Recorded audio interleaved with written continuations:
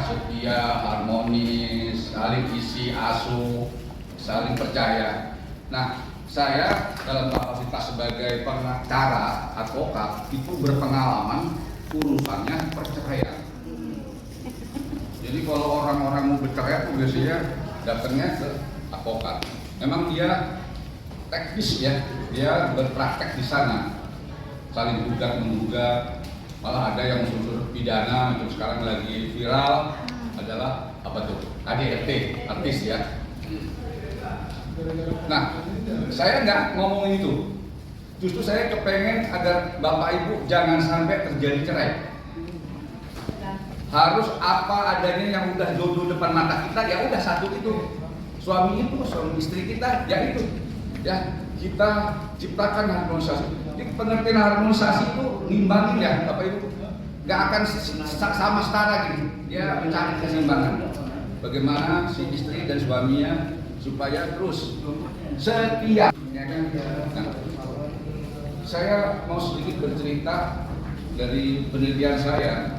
Itu kalau orang cerai itu ya sudah diatur oleh undang-undang perkawinan ya nomor 74. Ada kompilasi hukum Islam.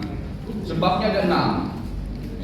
Ada 2 kompilasi hukum Islam yang murtad sebagai. Saya mau tambahkan yang ke-7 sampai yang ke-29 sebab sekarang mungkin dengan waktu yang terbatas saya mau bilang akibat sosmed bisa terjadi cerai.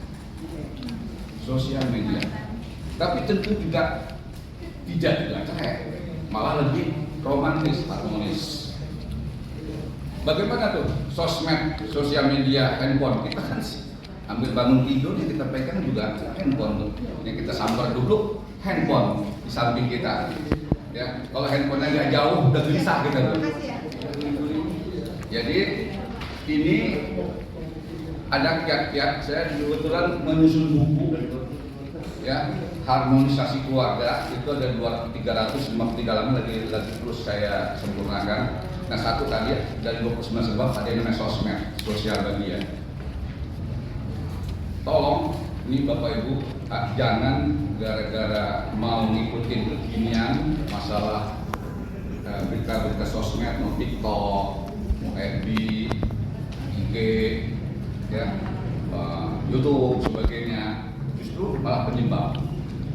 Jadi ada kajian saya itu, tolong isi daripada sosmed itu jangan berita-berita hoax, ya hoax banyak lah kita harus sebutin. Jangan isinya gambar-gambar porno.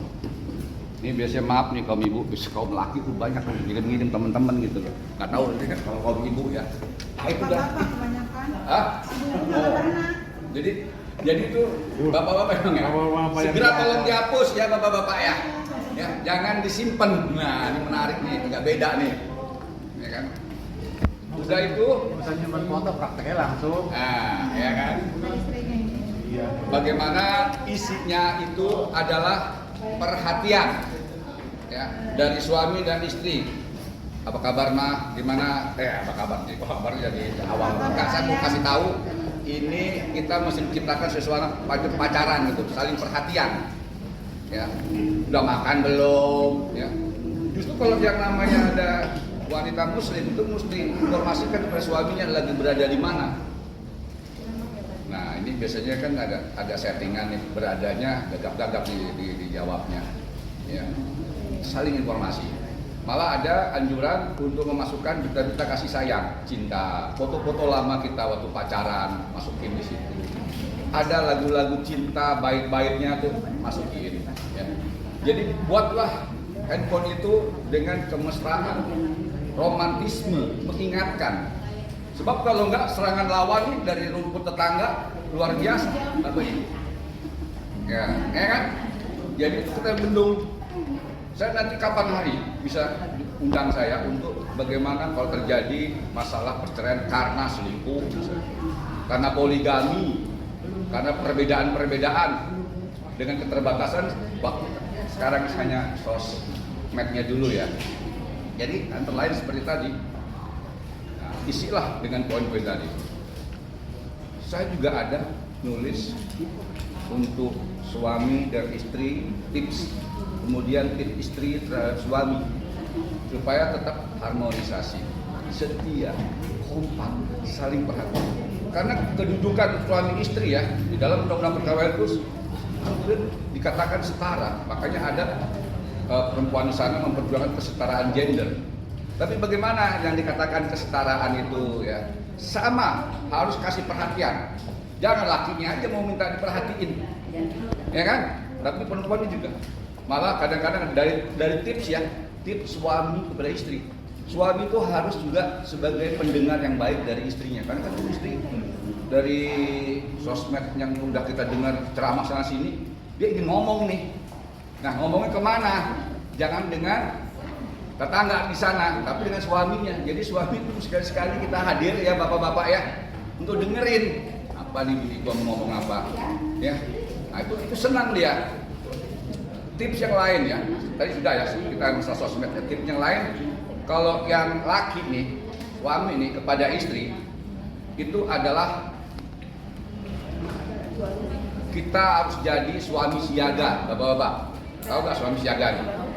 Sekali-sekali ya bapak-bapak temenin tuh ibunya, istrinya belanja di pasar yang becek-becek gitu. Sip kan? Bawain ya yang dia belanjain. Itu berat loh. Bawa sayur-mayur loh.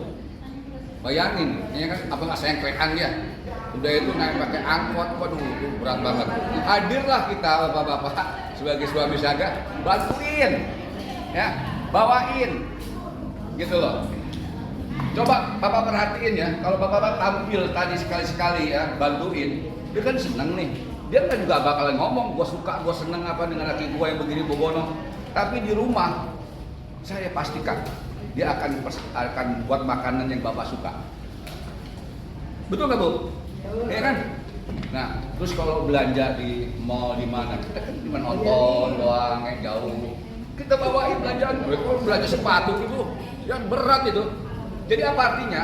Kalau di luar kita harus jadi kacung, bapak-bapak. Setuju nggak nih? Enggak. Ya. Enggak lah. Karena nggak biasa. Enak bener. Ya Oh, kan? enggak.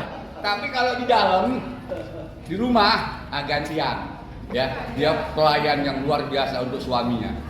Saya masih suami siaga tadi. Ini bapak-bapak, ibu-ibu yang punya mobil nih. Mungkin jarang melakukan. Kalau bininya masuk naik mobil, bukain pintunya. Oke? Nah, setelah tutup, ada juga tuh etikanya. Jalan ke belakang atau ke depan. Ya kan? Dari belakang. Terus kalau ke restoran, ya, istrinya tarikan ke kursinya. Gitu loh. Ya kan? Ini kan, lu bola masing-masing aja deh. Ah, ini suami siaga nggak begitu.